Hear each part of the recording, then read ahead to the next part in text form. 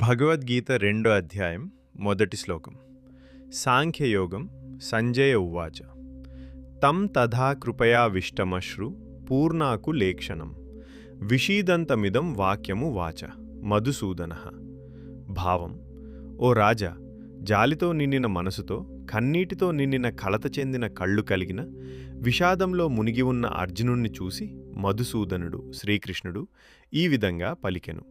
సందర్భం: మొదటి అధ్యాయమైన అర్జున విషాద యోగం చివరలో అర్జునుడు యుద్ధభూమిలో తన తాతలు, గురువులు, బంధువులను చూసి తీవ్రమైన మానసిక వేదనకు గురవుతాడు.